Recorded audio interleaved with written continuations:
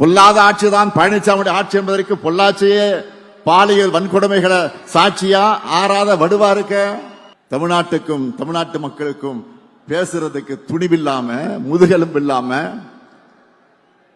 கொத்தடிமை சேவகம் செஞ்சுட்டு இருக்கக்கூடிய பழனிசாமி எனக்கு சவால் விட்டு இருக்கிறாரு. எந்த பழனிசாமி? இன்னைக்கும் ஒரு அரசியல்வாதி எப்படி இருக்கக்கூடாதுன்னு என்பதற்கு அடையாளமா சோசியல் மீடியாவில் வலம் வந்துட்டு இருக்கக்கூடிய அதற்கு சொந்தக்காரரான பழனிசாமி.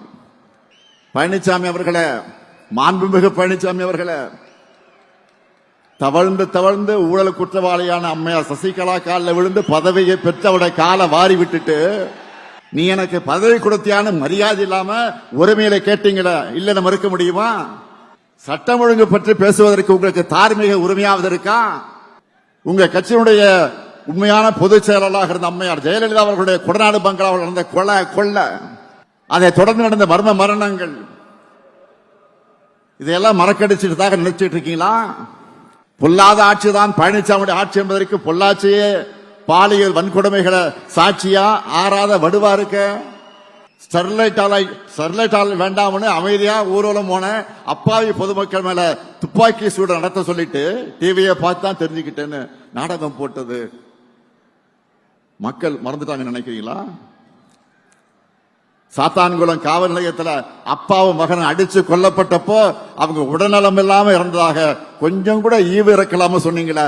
உங்களுடைய அந்த கல் மனசை மக்கள் மறந்துட்டாங்க நினைச்சீங்களா? ஊழலின் ஊற்றுக்கண்ணான அதிமுகவோட பாரம்பரியத்தை காப்பாற்ற உறவினர்களுக்கு டெண்டர்களை அள்ளி கொடுத்துட்டு வழக்கு வந்த உடனே என்ன சொன்னாரு? தமிழ்நாடு முழுக்க சொந்தக்காரர்கள் இருக்காங்கன்னு சப்பை கட்டுனீங்கள மக்கள் மறந்துட்டாங்கன்னு நினைக்கிறீங்களா? உங்க மேல ஊழல் வழக்கு இருக்கேன்னு கேட்டப்போ யார் மேலதான் ஊழல் வழக்கு இல்லைன்னு அசரடிக்கிற பதில சொன்ன உங்க டேலண்ட் என்னன்னு சொல்றது? இதுக்கெல்லாம் நீங்க பதில் சொல்லாம தவிர்த்தாலும் மக்களுக்கு பதில் தெரியும், உங்க லட்சணமும் புரியும்.